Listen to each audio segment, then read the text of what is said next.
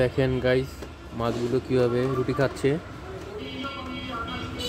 আমি মাত্র রুটি কিনে তারপর এখন ফালাচ্ছি। মাছগুলি খুবই ক্ষুধার্ত,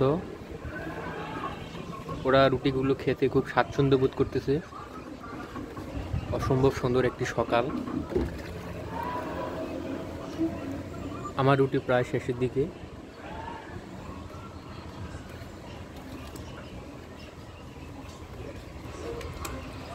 আজকের মতো এখানেই ওদের খাওয়া শেষ।